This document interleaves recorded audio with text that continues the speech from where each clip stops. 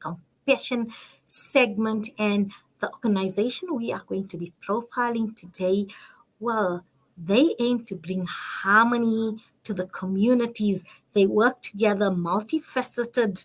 Uh, they have multifaceted initiatives, activities, so all working simultaneously to serve those that find themselves in challenging situation, difficult situation, are struggling. But however, the end result is to bring some peace and harmony into their lives. So today I'm pleased to be profiling spiritual chords, and that is why hence the I was comparing and doing the comparison with chords, musical chords, because that's what chords do.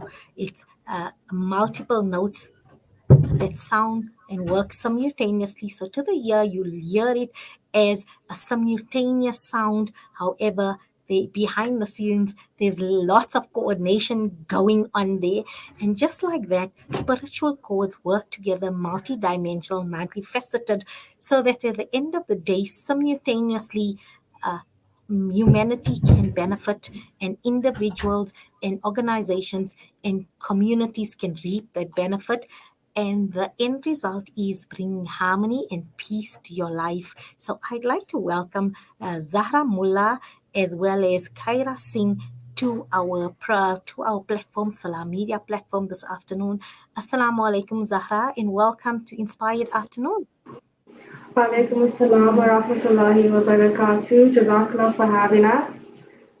And am I joined by Kiara as well? Kiara Singh. Assalamu alaikum and welcome, Kiara, to Inspired Afternoons. Thank you for joining us. So, spiritual chords. How did you first tell me? I'm so intrigued by the name. I just love this name. And I was just likening it and doing a comparison to a music chord in my intro and speaking how, just like that, the aim of spiritual chords is to bring harmony. So too, I guess that is your aim, to bring harmony to the lives of individuals that find themselves in difficult circumstances. So tell me a little bit more about how did they come up with the name spiritual chords, Zahra? I'm not sure if you know Junaid Jamshid. Yes. He's a famous he was a famous Naat singer. So he came up with the name for Sophia Musa's organization, which is Spiritual Chords. He named it, and I guess with him doing the Naats and everything, it just, we work together, and this was to help other people, and we all want to work in harmony and, help those in need. Yes, when you think of the late brothers Junaid Jamshid, that name is so apt. I've had the privilege of being there in many shows. In fact, the one he had where I think Safia arranged everything, so I couldn't think of anything better. This title, and it's so Junaid Jamshid, so to speak. So yes, it works there in terms of working in harmony. So tell me a little bit more about the organization. Kiara, you are the marketing manager, so this one I'm going to put down for you. Tell us a little bit more about the organization and the communities or the individuals that you seek to empower and serve. Okay. No. Okay. So Kiara just started with us recently, so she's not too sure still, like 100% of our past projects. So she will put her input soon. But basically, we focus on all communities that are in need, not specifically like your Muslim communities or anything, any community in need. As recently, there was a fire in Nuclear. 25 people were displaced and many injured. And they called us for assistance, and we immediately responded to that. We also we don't want to just give out hampers or give out food. What we want to do is we want to be able to empower people, to help them become self-reliant, to give them hope, just give them dignity back. Because this isn't just charity, this is giving them hope for a better future. This is giving them a chance to work towards something better. So our whole aim is about empowerment, self-sustaining initiatives, training them, giving them skills. And then as with Ramadan, we are doing the food hampers as well, just so that we know that there are people who are being fed and taken care of during this month. Absolutely. And also the great reward that one gets for feeding a fasting person. So we definitely want to capitalize on those rewards for ourselves as well. And for me, giving has a benefit for ourselves as much as for the recipient who is going to be there, but it allows us to value and appreciate what we've been blessed with. So for me, that's an important take back. And as you've mentioned, your the organization stands for empowerment as well and for dignity. And that's why I'm quite pleased that you focus also, one of your key areas of focusing is on clean water and sanitization projects. Tell us a little bit more about the clean water and sanitization projects. So those that project specifically, we've done a lot in Pakistan and India, where we've had donations and we've sent it there, and they've built water wells in villages and rural areas who've had no access to water. These people normally would have to walk miles and miles and miles to get clean water, and now they have a fully functioning water well which they can use for their village. We also do the India water wells where they but also in the villages, the rural areas where you can't get any clean water. And then with South Africa, we do the borehole project. So areas that are in need of boreholes and fresh clean water, that's where we would focus on with the donations. And then with your international water projects, do you then partner with another organization internationally, or you have a team on the ground that physically goes and then supervises the uh, development in actually the building and putting up of the boreholes and So the we do wells? So we do partner with Heritage Foundation at times in Pakistan, but we also do have people that we work with on those ends, like people in India and people in Pakistan that we keep in contact with constantly, and they update us on obviously the developments. We get sent back all the proof of what's happening, where the wells have been put. We do the signboards for the donors. So there is a lot of like, you do get, it is accounted for. So basically, every water well that we put, we do have a picture come back for it, a signboard, what's the person's name, whatever they want the message to be, and we do keep in contact with our team on the other side to make sure that all the wells have been put And properly. then presumably those wells are then maintained as well. And Gee, your ground staff, those that are on the ground as well, in terms of going then inspecting them and ensure they yeah. operational, and should anything require upgrading or servicing, then there is somebody out there that will then undertake that service. Gee, 100%, 100%. As well Okay. as we help, like we train the villagers and the people that live there. We give them skills and train them on how to build these water wells as well, so that they have some form of skill where they can earn an income from later on. So they themselves also maintain it and keep it up to standard.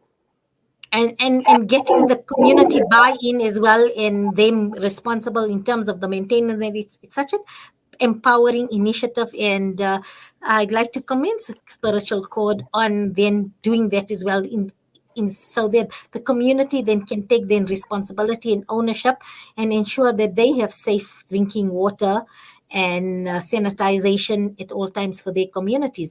And then I want to discuss another project that is very, very close to my heart. That's education. And I see they involved in setting up in early childhood educational development center. Tell us a little bit more about that specific project.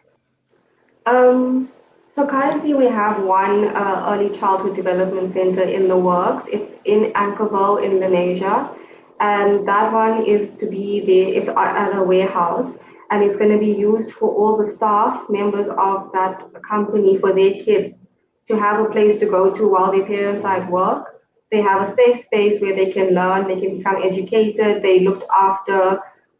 There's also going to be a madrasa there with it.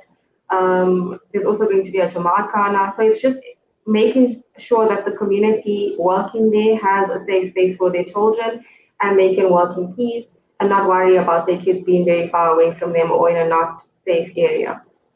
So we've got a message actually from Leah, and it says, Allah reward you. Thank you for replenishing the hearts of those who are losing hope. Your organization is a ray of light in a dark world. I am in awe.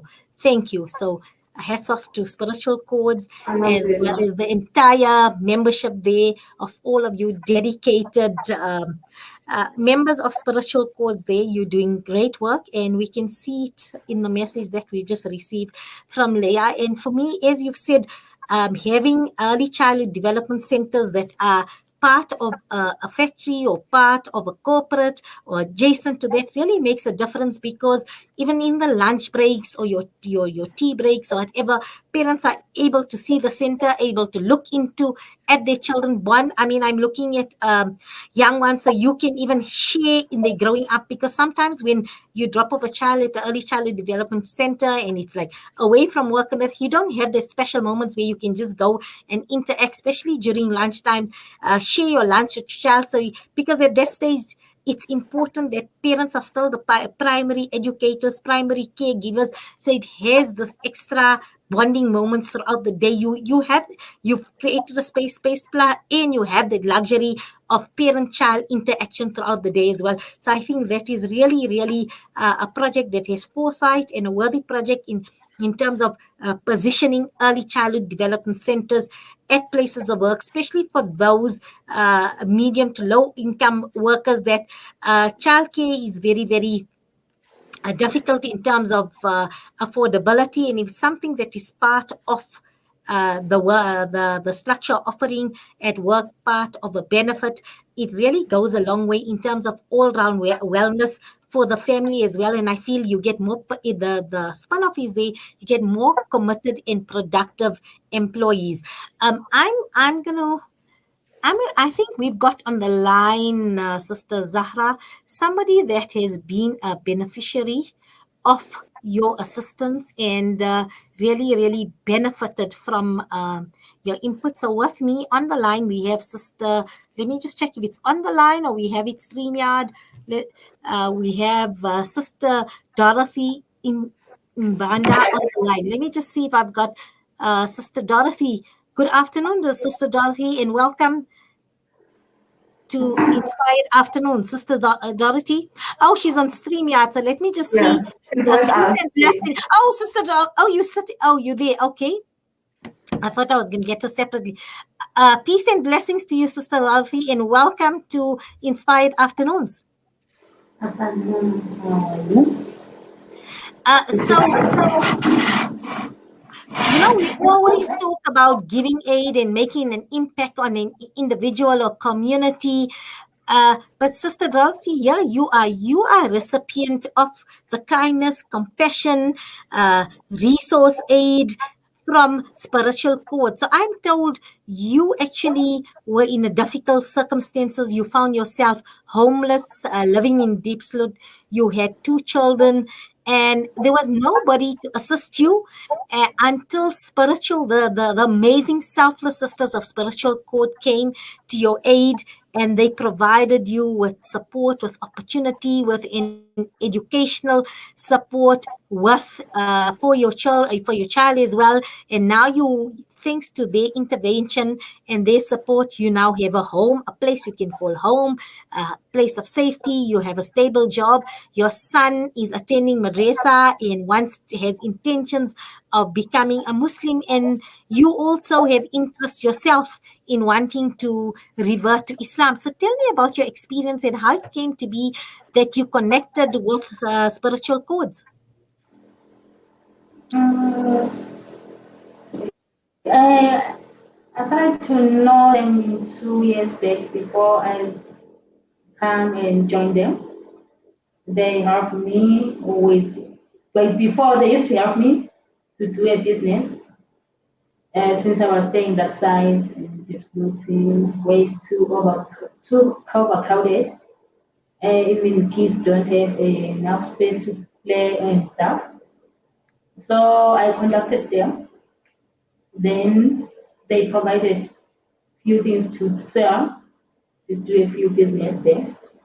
After that, I came and joined them.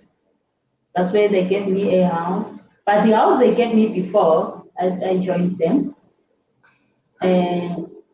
Then after that, they took my child to school where he's doing his madrasa there. And the other one, they provide school while she's at home since she's still young. And through their kind actions, through their character, through the daily interactions, you've now learned a lot more about Islam as a way of life. And I'm told that you are considering reverting to Islam. Yes, because I saw so much good things they're doing, and I learned so much about how to help others in need from them. And I saw many people who have already given the homes because of them, from who have homes from them. So it encouraged me to be one of them because of what they are doing to people, not only for the Muslims, but anybody who needs help. And for me, that is so profound in terms of your interaction. You met the sisters of spiritual code. You seen their character. You seen the way that they selflessly engage in wanting to provide a better life for individuals like yourself. And you seen this is all underlying by the importance of charity as a believer in Islam, the importance of helping mankind and humanity and create a world where we all going to live in peace and in harmony, just as the name spiritual code says. So for me, that is a profound impact and a legacy that these sisters leave behind, so much so the benefit, you didn't only take back the physical assistance and were pleased with this, but you started to connect with the sisters and you began to see their way of life is a way of life that you want to live, an example you want to set for yourself, for your kids, for them around.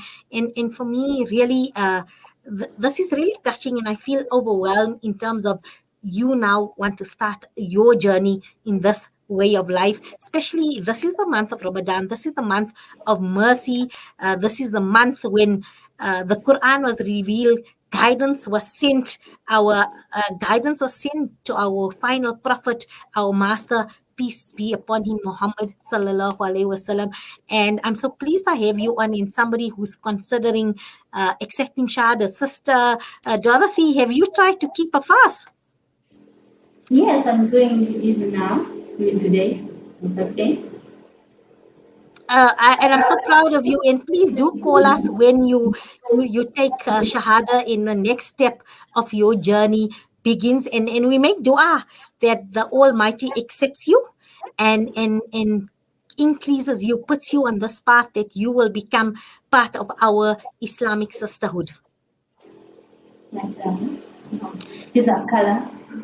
I mean, uh, Sister Zahra and Sister Kiara, shukran for joining me here on Inspired Afternoons. The entire team, the entire network. Are you sisters and brothers as well, or just the sisterhood of spiritual chords, and you have the brothers as support, We do a have support some system? brothers.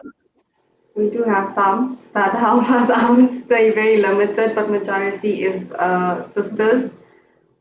Because we just want to empower women also and help them out. A lot of women come here with hardships, and we try to ease it for them.